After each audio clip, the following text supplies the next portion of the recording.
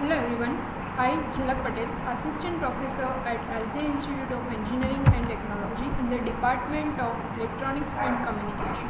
Welcomes you to the session of wireless communication. Today I am going to discuss about Unit 4, that is Multiple Access Techniques, with topic TDMA and CDMA. So first of all, let me discuss about the types of FDMA that is left in the last lecture. We have discussed about the FDMA, its non-linear effect and various features of FDMA, but there are also two types of FDMA that are, first one is FAMA FDMA, means fixed assigned multiple access frequency division multiple access technique. Here FA means fixed assigned. So as we discussed in the chapter number 2, cellular cell concept, about the channel assignment techniques that are fixed channel assignment and dynamic channel assignment. Based on that concept, here FDMA is divided into the first category, that is FAMA FDMA, means fixed assigned multiple access frequency division multiple access. So here in this type, fixed assigned multiple access technique means the predetermined set of channels are assigned to FDMA. Means if the user is idle, then also the channels are not provided or the band is not provided to the other users. Because of that, it is connected with the logical link between the stations that are pre-assigned. Here the logical links cannot be break if even this channel is idle or not in a use. So it is a type of pre-assignment technique. Because of it, we can say that because of pre-assignment technique, we can say that it is not flexible. Means if the user need the channel, then he or she cannot borrow that channel from the other user. So it is not completely flexible type of channel. Second one is DAMA FDMA. DAMA means demand assigned multiple access frequency division multiple access. Here on demand assigned signifies that the allocation of channel on demand rather than continuously. Here in the previous case, the continuously one channel is assigned to the particular user. If even it is not in use, then also it is not provided to other user, and because of that the resource wastage is much more in case of FAMA FDMA than the DAMA FDMA. Here in this second category, on demand of user, the channel is assigned to the particular user. So the channel wastage is comparatively less in case of DAMA FDMA. On demand allocation of channel greatly increases the number of users, because the more number of if the more number of channels are free, then it is easily available to other users. So we can say that more number of user can access that particular channel.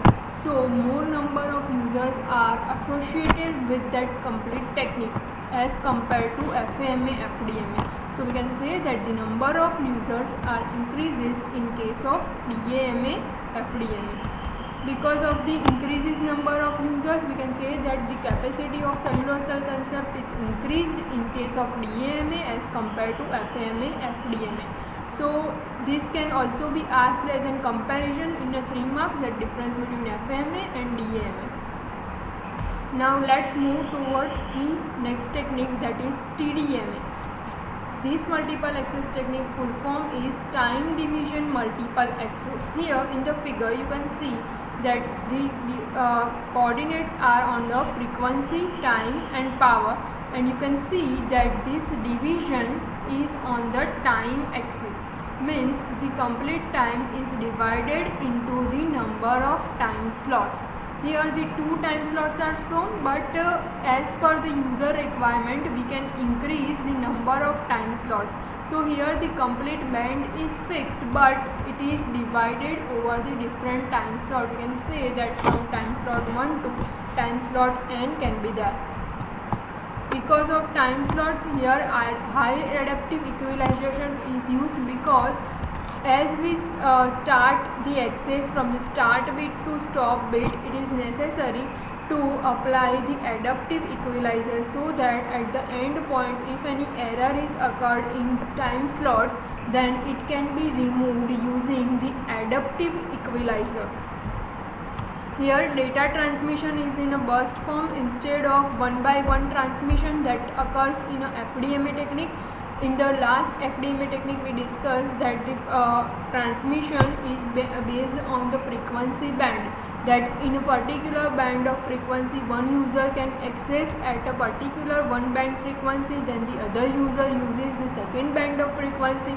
But here instead of individual user uses individual time band, here in case of TDMA it is modified that the data transmission is in form of burst, means as a group the transmission can be taken place. So because of that the data rate can be increased and minimum guard time is required, because the data is transmitted in form of burst. So no need to separate the individual time slot if it is in a burst form.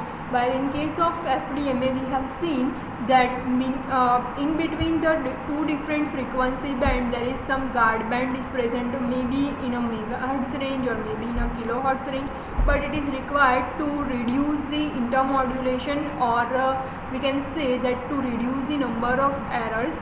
This is necessary in case of FDMA, while in case of TDMA we can say that data transmission is in a form of burst, so minimum guard time is required in this case. Because of the minimum amount of guard time, high synchronization is needed in case of TDMA, because when the user starts to inform the other user, and then how the transmission will take place. For this it is necessary to synchronize the complete data in case of TDMA. Because of that, low battery consumption, because data transmission is in a burst form, so no need to transmit the individual band. So here the low battery consumption in case of TDMA, while in case of FDMA the battery consumption is much more. Also the handoff is simple because data transmission is in a burst form, so when user moves from one base station to another base station, it is not necessary to completely change the over network capability or anything etc. parameter that we consider in the cellular concept. That's why in case of TDMA handoff is much simple than the FDMA. Time slots are in a frame.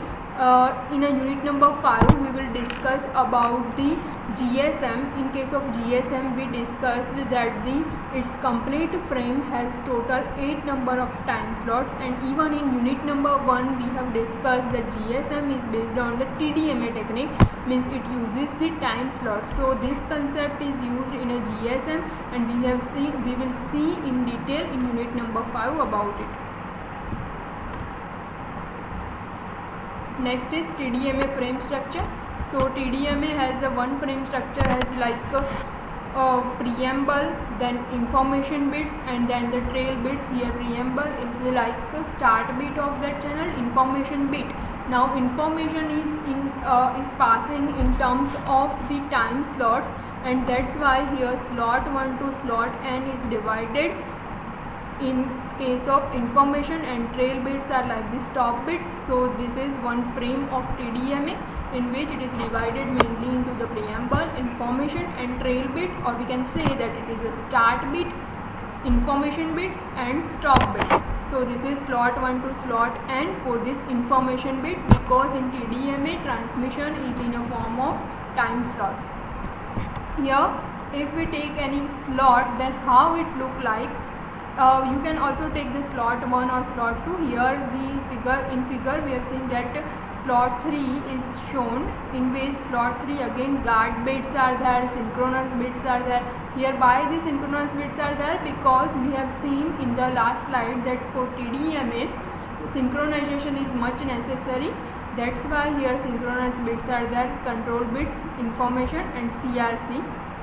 So this is one TDMA slot. Now this n number of TDMA slots will be will become the one frame of TDMA. Now this similar type of structure will be seen in case of GSM frame structure. In that case we will see that first the number of bits type structure or one time slot is shown, then one time slot will convert into the frame, then frame to super frame, hyper frame structure.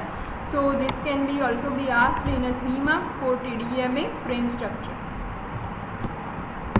Now let's discuss about the number of channels. We have already discussed about the available number of channels in case of frequency division multiple access. Now let's discuss about it for time division multiple access. So number of channels is denoted by N is equal to M into BT minus 2 times B guard divided by BC.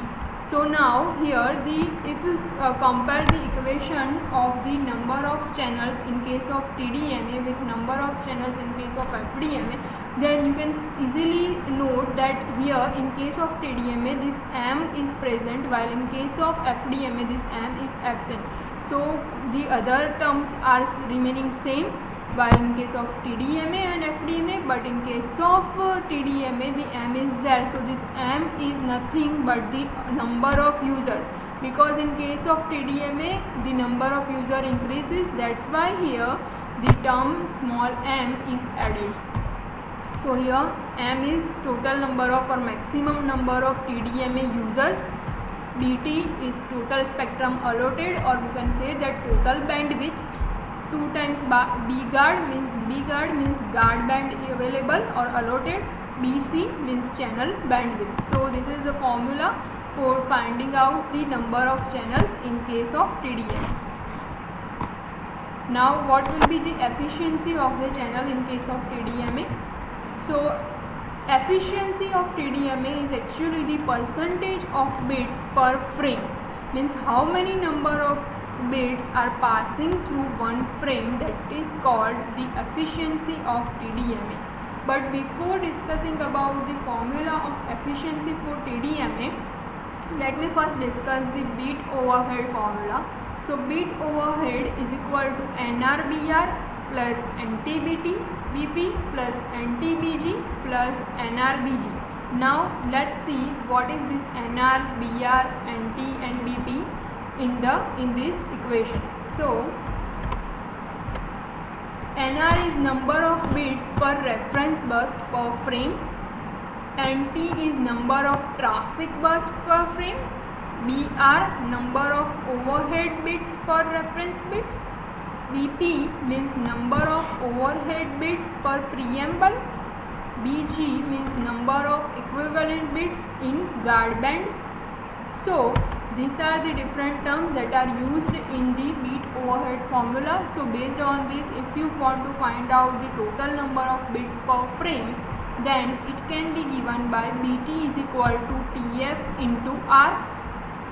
Here R is the data rate, TF means total frame time. So you can also calculate the total number of bits. Now you can calculate the bit overhead using these all terms, and you can calculate the total number of bits using this equation of TF means frame time period and data rate. So using these two terms you can find out the equation of efficiency, that is denoted by eta F. Eta F is equal to 1 minus bit overhead upon BT means total number of bits into 100. So this is the equation of frame efficiency in case of TDMA. Means it depends on the bit overhead and BT. BT means total number of bits per frame. So it depends on the time of frame and the data rate. So this is the equation of frame efficiency in case of TDMA. The numerical based on this equation can also be asked. Next is CDMA means code division multiple access. So in case of code division multiple access, many users share the same set of carrier frequency. That we already discussed about the FDMA and TDMA in the last lectures, or we can say that in case of FDMA the frequency band is divided. In case of TDMA the information is divided in terms of time slots, while in case of CDMA, here the one carrier frequency is fixed, but over here the narrow bandwidth signal, this narrow bandwidth message signal is multiplexed with the large bandwidth signal, and overall the signal will have the very much large bandwidth as compared to the FDMA or TDMA. Because of CDMA, the one concept that is unavoidable is called as a near far effect. Now what is this near far effect? So near far effect is due to the uncontrollable power, or we can say that unbalance of power between transmitter and receiver that will occur in case of CDMA. So this is generally not desirable term, because if unbalance of power will occur, then there may be a possibility to increase the intermodulation, and if the intermodulation increases, then we can say that interference, adjacent interference can also increases. So because if we want to reduce this near far effect, then you should reduce the level of interference, or you can either manage the power of the transmitter and receiver, because the near far effect will occur because of the unbalance of transmitter and receiver, and if you want to balance that power, then power control is necessary. Next is about CDMA has a soft capacity limit. Soft capacity limit means it depends on the number of users and interference, means as the number of user increases, then interference will increases in case of CDMA, and if the number of user decreases, then interference decreases, means users and interference is related with each other, that if users increases, then interference increases. So if you want to try this level interference to minimize, then you should also minimize the number of users. Here when this narrow bandwidth signal is multiplexed, then it produces one sequence that is called as a PN sequence. PN sequence is called as a pseudo random sequence. Now let me discuss about the comparison between the TDMA, CDMA and FDMA. So these are the different parameters. Based on that we will see about the difference between FDMA, TDMA and CDMA. So this comparison is most important. It is asked in a GTU for around 3 to 4 times. It can be asked either in a 7 or 5 marks question.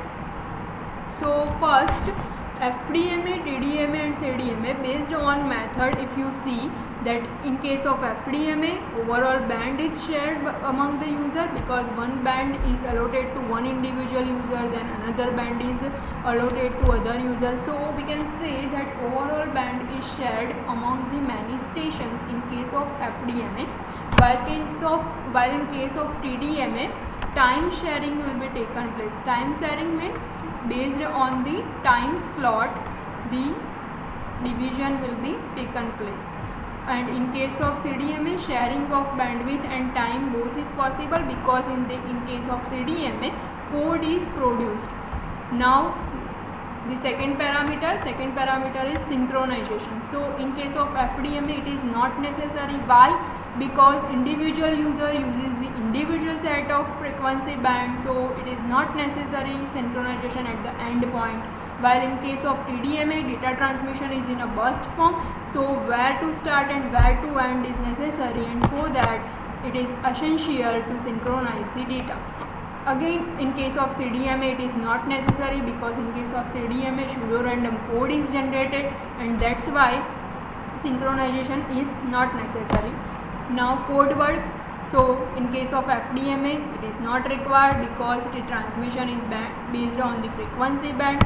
In case of TDMA, it is again not required, because the transmission is in a form of the time slots, while in case of CDMA, it is required because of the PN sequence code.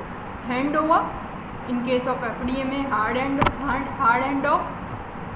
So connection is first break, and then the new connection will be established. So that's why in case of FDMA, the call blockage is possible, in case of FDMA, while in case of TDMA, soft handover. In case of CDMA also soft handover. So first the connection is built up and then the last connection will break.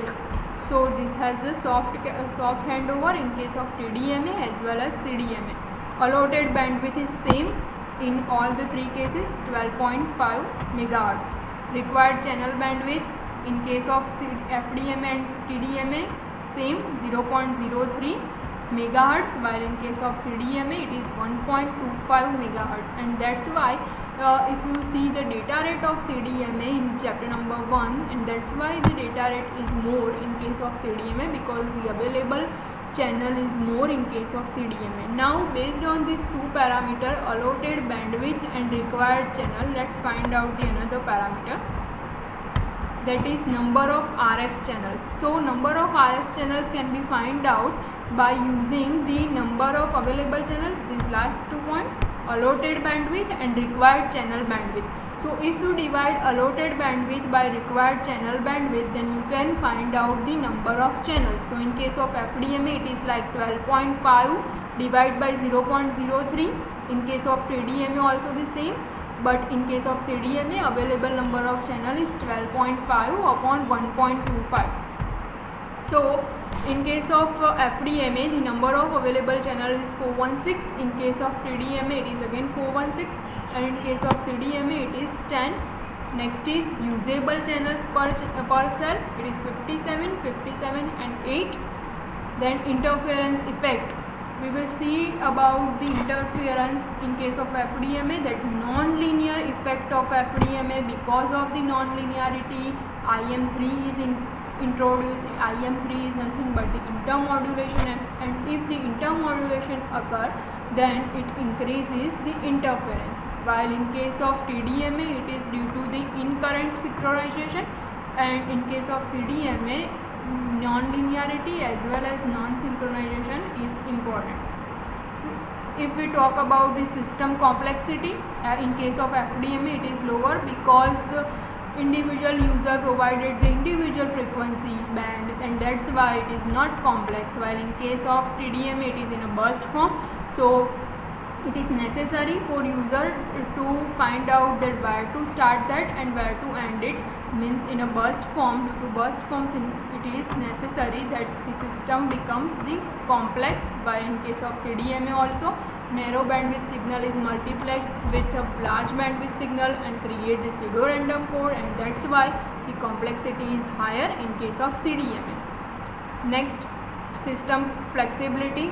It is simple and robust, means it is not flexible, because if the user is idle also, then also that particular channel is not assigned. That's why flexibility is very less. In case of TDMA it is highly flexible, CDMA is also highly flexible. Sharing of resources, so it is not allotted, or we can say that sharing of resources is only possible when the demand access, multiple access FDMA is used. While in case of TDMA, each user make use of non-overlapping time slots, so it is not fixed type of resource usage in case of TDMA. While in case of CDMA also, each user has its own PN code, so no need to use the another PN code from the another user. So this is the difference or comparison between FDMA, TDMA and CDMA. In the next session we will discuss about the another technique, that is OFDM in detail. If you have any doubt or query up to this, you can ask me on my WhatsApp number. Thank you for watching.